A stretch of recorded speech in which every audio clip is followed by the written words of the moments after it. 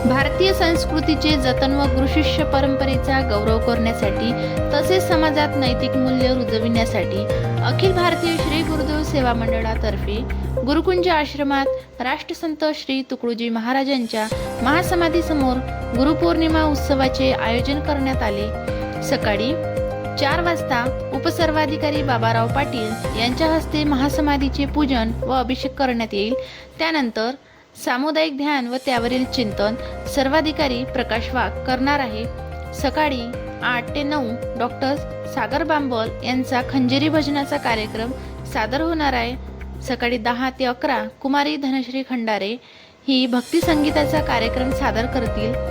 सकाळी 11 ते 12 गुरु महात्म्य या विषयावर योगेश गावंडे यांचे प्रवचन होणार आहे। दुपारी 1 ते 2 सूरमणी डॉक्टर कमल भोंडे अमरावती यांचा नाद कमलाचा कार्यक्रम होणार आहे। सकाळी 9 वाजतापासून दुपारी 12 वाजेपर्यंत शैलेश जगताप वर्धा व अनिरुद्ध सुरतेकर नागपूर यांच्या अभंग गायनाचा कार्यक्रम होणार आहे।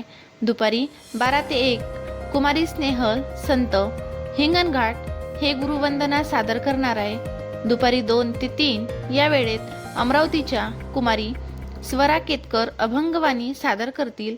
दुपारी 3 ते 4 गजानन पळसकर अमरावती यांचा भक्ती संगीताचा कार्यक्रम होणार आहे। दुपारी 4 ते 6 वैभव मंडलिक मुंबई यांचे अभंग गायन होणार आहे।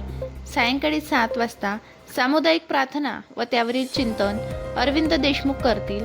सायंकाळी 7:30 वाजता महाआरतीने गुरुपौर्णिमेचा समारोप करण्यात येईल। तरी या गुरुपौर्णिमेच्या प्रेरणादायी कार्यक्रमात धर्मप्रेमी नागरिक तसेच गुरुदेव सेवा मंडळाचे साधक व प्रचारक यांनी उपस्थित राहून गुरुपौर्णिमा महोत्सवाच्या कार्यक्रमात सहभागी व्हावे असे आवाहन श्री गुरुदेव सेवा मंडळाच्या वतीने डॉक्टर जनसेवक जयस्वाल, डॉक्टर दिगंबर निंगोट, सुभाष सोनोरे, किशोर अगळे व गुरुपौर्णिमा महोत्सव समितीचे सदस्यांनी केले आहे।